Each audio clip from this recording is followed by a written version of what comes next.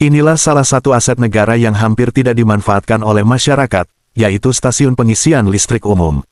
Stasiun pengisian listrik umum itu berlokasi di lapangan pendopo Bupati Kabupaten Simelu Aceh, tepatnya di depan gedung DPRK Simelu. Amatan media, stasiun pengisian listrik umum milik ULP PLN Sinabang, memiliki 2 kWh meter, yang dilengkapi dengan 4 buah stop kontak. Diduga, kedua kWh meter tersebut tidak dapat berfungsi dengan baik, sebab 1 kWh meter terlihat dalam kondisi padam, dan 1 kWh meternya lagi dalam kondisi error.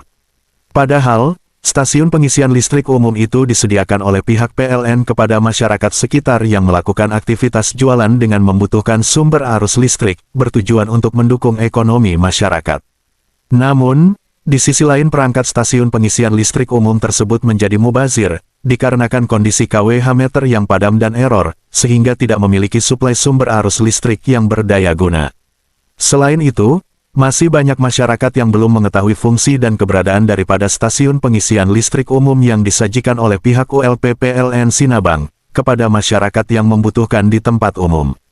Semoga melalui media ini masyarakat dapat teredukasi, bahwa sangat penting adanya stasiun pengisian listrik umum di tempat-tempat umum, apalagi bagi masyarakat yang berdagang membutuhkan sumber arus listrik. Demikian sekilas info MNTV Jurnalis, Rabu tanggal 1 Januari tahun 2025.